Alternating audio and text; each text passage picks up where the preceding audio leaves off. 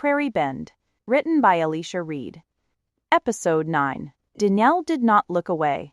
Not from the figure. Not from the weight of what had just been said. Something that was never meant to be found again. Her voice stayed steady. "What is it?" she asked. The figure studied her. Not indifferent. Not defensive. Careful. "You are asking the wrong question," the figure said. Danielle did not move. "Then give me the right one." Pause. Then, "Who controls it?" That shifted everything. Danielle's grip tightened on the file. "This is not about land," she said. "No, it is not." The man stepped closer. "It has not been about land for a long time." Danielle glanced down at the map. The parcels. The lines. The pattern. "You built a path?" she said. "Yes." "For what?" Silence. Then, "For access." Outside, Carla leaned forward. "I do not like this," she said. Reggie's eyes stayed on the building. "Then we do not wait." They moved. Fast, toward the side entrance. Inside, Danielle's eyes moved back to the file. She flipped another page. Not photos this time. Documents. Ool. Stamped. But something was wrong. "This does not match county records," she said. The figure did not answer. "These transfers," she continued, "they do not exist publicly. They are not supposed to," the man said. Danielle looked up. "You hid them." He hesitated and then said, "We controlled them." That word again. Controlled. Carla pushed the side door open. The hallway inside was narrow and colder than it should have been. "Danielle," she called. Her voice did not carry far. The building swallowed it. Inside the records room, Danielle stepped toward the center table. She spread the file open. More documents. Deeds. Assignments. Leases. Her eyes scanned faster now. She stopped. "This is it," she said. Reggie entered just behind Carla. "What is it?" Danielle did not look up. "They separated it." Carla frowned. "Separated what?" Danielle turned the page toward them. "Surface from mineral." Silence. Reggie leaned in. "What does that mean?" Danielle's voice dropped. "It means whoever owns the land." She tapped the document. "Does not own what is underneath it." Then landed. Carla shook her head. "That would have had to be disclosed." Danielle did not answer. Because she was already reading more. "These are old," she said. "Years back. Some older than that." Reggie's jaw tightened. "So people sold their land." Danielle finished it. "And never knew they gave up the mineral rights." The room went still. The figure spoke quietly. "They knew enough to sign." Danielle looked up sharply. "That is not the same thing." No argument. No defense. "They built all of this around it," she said. Carla looked at the map again. "The path." Danielle nodded. "It connects every parcel where mineral rights were separated." Reggie stepped back. "That's not random." "No," Danielle said. "It is a corridor." The man exhaled slowly. "Yes." "For drilling?" Carla asked. "For access," Danielle said. Then, "For control." Outside, a car passed slowly. Too slowly. Inside, Danielle flipped to the final page. At the bottom, a section typed differently. "Added later." She read it once. Then again. Her voice lowered. "There is no owner listed." The figure did not move.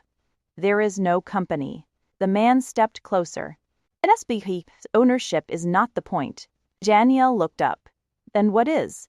He took a breath, then said, "Access to what is beneath it." Nobody spoke for a moment. The silence was intense. Danielle closed the file slowly. Now she understood. Not everything. "A punter. You did not build Prairie Horizons to buy land," she said. "You built it to connect mineral rights." A beat. "Yes." Carla's voice dropped. "So whose is it?" No answer. Reggie asked the real question. "Who has been making money off it?" The figure held Danielle's gaze, then answered. "People who were never meant to be seen." Danielle did not look away. "Then they made a mistake." Pause. "What mistake?" Danielle's voice stayed calm. "They let someone read the file." Outside, a car door slammed. Close. Too close. Reggie turned. We are not alone. Inside, the man's expression shifted. For the first time, not controlled. That is not part of this, he said. And just like that, the situation changed. No one moved. Not at first, because the sound outside was too close. A car door. Not passing. Stopping. Reggie turned toward the front of the building. That does not sound like traffic, he said. Carla stepped closer to the window, peered through the edge of the frame. There is a car out there, she said. Dark. Parked too close. The man did not look surprised. But he did not look comfortable either. That is not ours, he said. Danielle watched him carefully. You are losing control of this, she said. Yes, that was the first honest answer he had given. The figure shifted slightly, not toward the door, toward Danielle. You should not still be holding that, the figure said. Danielle did not move. You should not have let me read it. Carla stepped in. What is this? She said. Who else is involved? No answer, because the answer was already outside. Reggie moved toward the door. We are not waiting to find out, he said. He Prairie. The air outside felt different, but watched. The car sat just ahead. Engine off. Driver inside. The window rolled down slowly. No rush, no hesitation. A man's voice. Calm. Measured. You were not supposed to go inside. Reggie stepped forward. Who are you? Nay? Instead, you need to give that back. Danielle stepped outside now, the file still in her hand. She did not approach the car, did not back away. No, she said. That was not a request. Carla moved beside Danielle. We do not even know who you are, she said. The voice remained steady. You do not need to. Reggie's stance shifted, protective. You have been watching us, he said. A slight breath, then the man said, yes. No denial, no hesitation. Daniel's eyes stayed fixed on the driver. You are not Prairie Horizons. We are not. That landed harder than anything else. Carla looked at Danielle. What does that mean? Danielle answered quietly. It means they are not the ones in charge. Silence. The man in the car spoke again. Lower now. More direct. You found something you do not understand. Daniel's grip tightened on the file. I understand enough. No, he said. You understand just enough to cause damage. Reggie stepped forward. What kind of damage? The driver did not look at him. Legal, he said. That word changed everything. Danielle's eyes narrowed. This is about mineral rights. Yes. Carla shook her head. Then why all of this? She said. The secrecy, the land, the records. The answer came calmly. Because once people realize what they do not own, they do not stay quiet. Silence. Heavy. Reggie looked at Danielle. So people out here, Danielle finished it. They have been sitting on land worth millions, and do not even know it. The driver nodded slightly. And now, he said, they might. Carla's voice dropped. It has a problem for you. The answer came without hesitation. It is a problem for everyone. Danielle stepped forward. Just one step. Who owns it? She asked. The man's expression did not change. No one you can see. That answer felt familiar. Danielle shook her head slightly. No, she said. That is not how ownership works. The man leaned slightly toward the window. It is, he said. When it was structured that way from the beginning, that was bigger than Prairie Horizons, bigger than the town. Carla stepped back. This is not just local, she said. No, Danielle replied. It never was. Reggie's voice hardened. So what? Do you expect us to just hand that over? The man did not answer right away. Yes. Danielle did not move. Silence. The engine started. Controlled. You do not understand what you are holding, the man said. Danielle's voice stayed calm. Yes, I do. Danielle took a slow breath. It is proof. The man looked at her. Really looked this time. Then said, that is exactly the problem. The window rolled up. The car did not move. Not yet. because now this was not about stopping them. It was about what they would do next. And everyone there knew this. Nothing about Prairie Bend was going back to normal. The engine idled. Steady. But the car did not move. Not yet. Danielle stood her ground, the file still in her hand. Proof. Carla leaned in slightly. What do we do? She asked under her breath. Danielle did not answer right away, because now, this was not about what they knew. It was about what it would cost. Reggie stepped forward, closer to the car. You said it is a problem, he said. The window rolled down again. Just enough? It is, the man replied. Reggie did not back down. For who? Pause. Then, for anyone who thinks ownership is simple. That was not an answer. But it was enough. Danielle stepped forward, now standing beside Reggie. You have been separating mineral rights, she said. The man did not deny it. Have been doing it quietly, she continued. Yes, for how long? Silence. Then, long enough that most people stopped asking. Carla shook her head. People did not stop asking, she said. He did not know to ask. That landed. The man's voice stayed calm. There is a difference, Danielle answered. There is when information is withheld. You assume it was hidden. Danielle lifted the file slightly. Oh no, it was, she answered. The air tightened. Reggie looked at Danielle. What is in there exactly? He asked. Danielle flicked it open again. Right there in the open. No more hiding. It is our assignments, she said. Mineral rights transferred off the land. She turned a page, separated from surface ownership. Another page, then consolidated. Carla frowned. Consolidated where? Danielle did not answer right away, because that part was the problem. There's no final owner listed, she said. Reggie blinked. That does not make sense. It does if you do not want it traced, Danielle replied. Silence. The man in the car spoke again. You are reading pieces, he said. Danielle looked up. Then give me the full picture. Pause. I cannot do that. Of course not. Carla crossed her arms. Because it would not look right, she said. The man did not respond. Because she was not wrong. Reggie stepped back. This is bigger than Prairie Bend, he said. Danielle nodded. Yes. How big? Carla asked. Danielle's eyes stayed on the file, then lifted.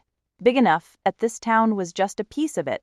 That changed everything. The engine revved slightly, not aggressive, just enough to remind them. This conversation was not equal. You need to think carefully about what you do next, the man said. Danielle's voice did not move. I already am. Pause. That file does not just expose land deals, he continued. Danielle held his gaze. It exposes control. Silence. Carla's voice dropped. What happens if people find out? The answer came without hesitation. Disputes. Another beat. Lawsuits. Another. Land freezes. And finally, loss. Reggie frowned. Loss for who? The man's eyes did not leave Danielle. For anyone who thought they owned something they do not.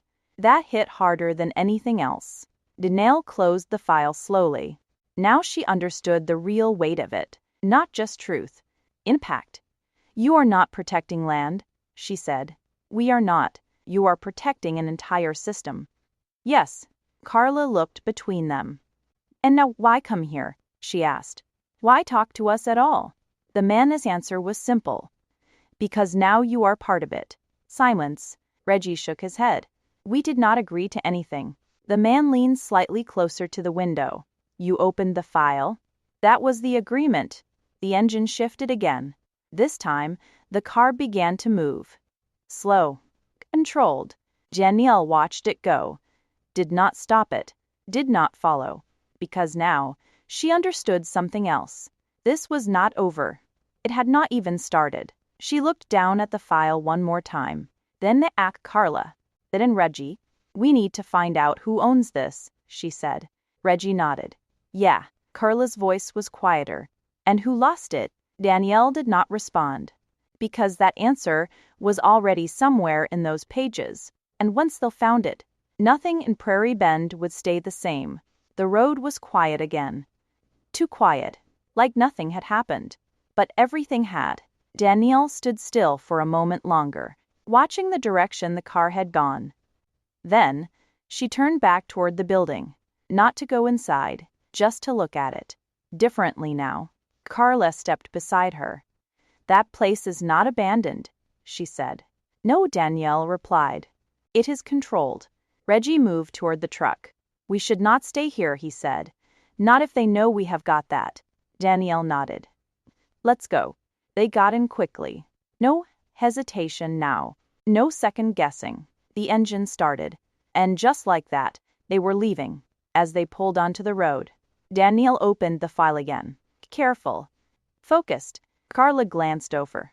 "What are you looking for?" Danielle did not look up. "Names." Reggie frowned. "Who said there were not any?"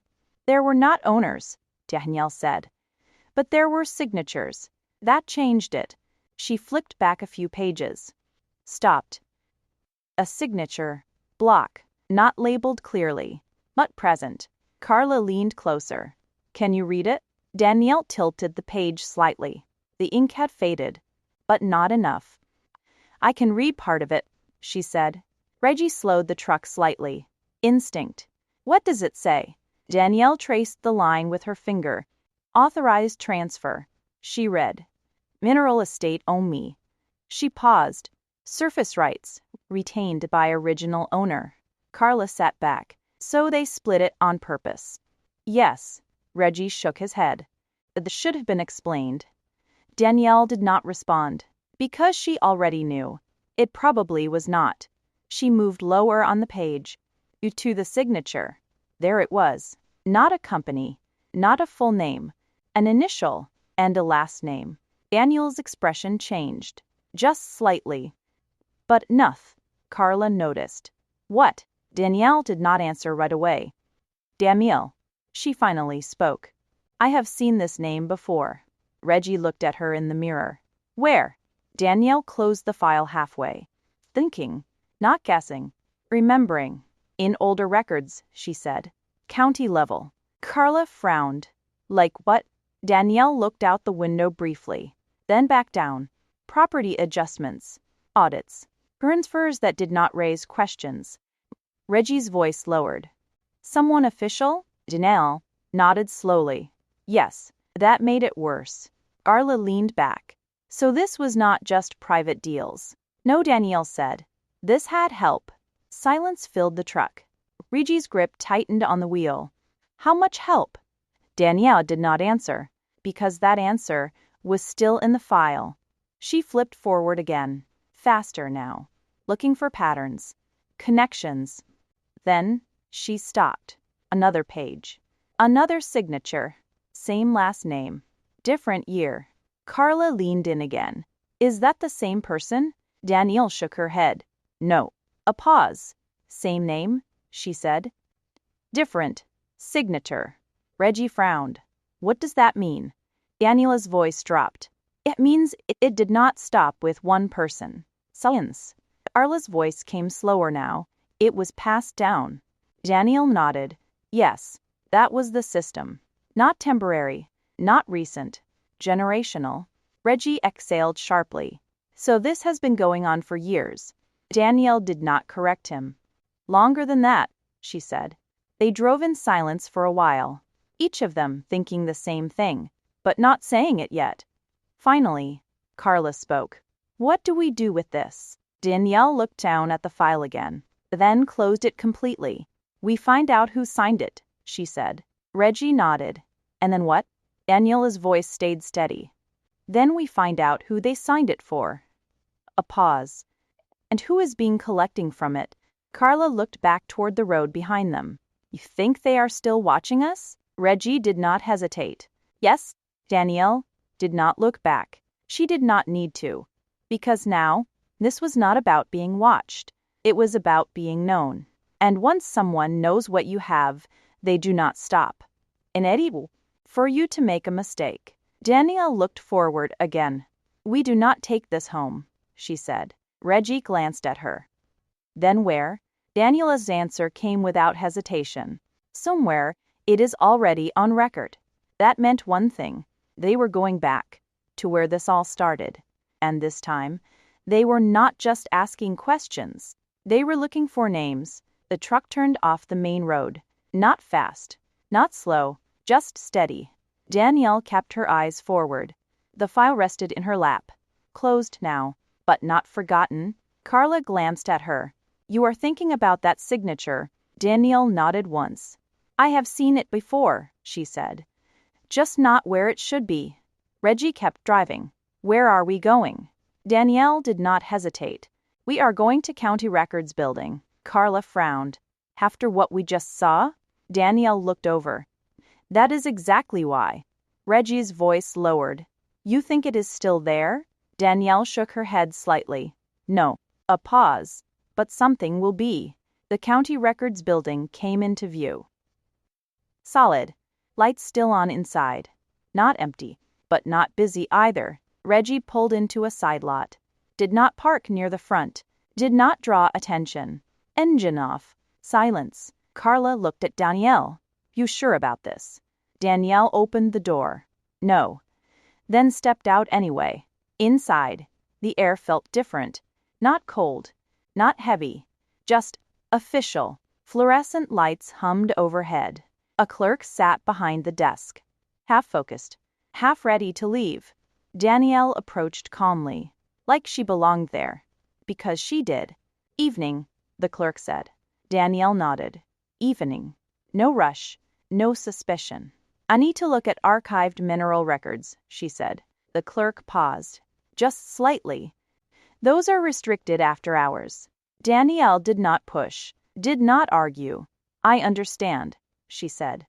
Then, she placed the file gently on the counter. Opened. Just enough. The clerk's eyes dropped. Focused. Stayed there. Too long. What is that? He asked. Daniela's voice stayed even. Something that should already be in your system. Silence.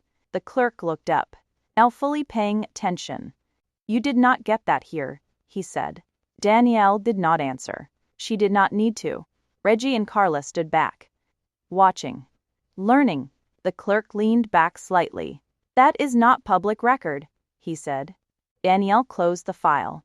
Just enough. That is the problem. Pause. Then, the clerk stood. Slow. Measured. Wait here, he said. Danielle did not move. He disappeared through a side door. Carla stepped closer. And did not feel normal. No, Danielle said. It was not. Reggie looked toward the hallway. You think he is calling someone? Daniela's answer came quietly. He is checking if he is allowed to talk. Silence. That meant. This was not just paperwork. This was controlled too. Moments passed. Too long. Then, the door opened again. But it was not the clerk who came out. It was someone else. Older. Composed. Watching. Danielle's eyes narrowed slightly. She recognized the look. Not confusion. Not surprise. Recognition. You should not have that, the woman said.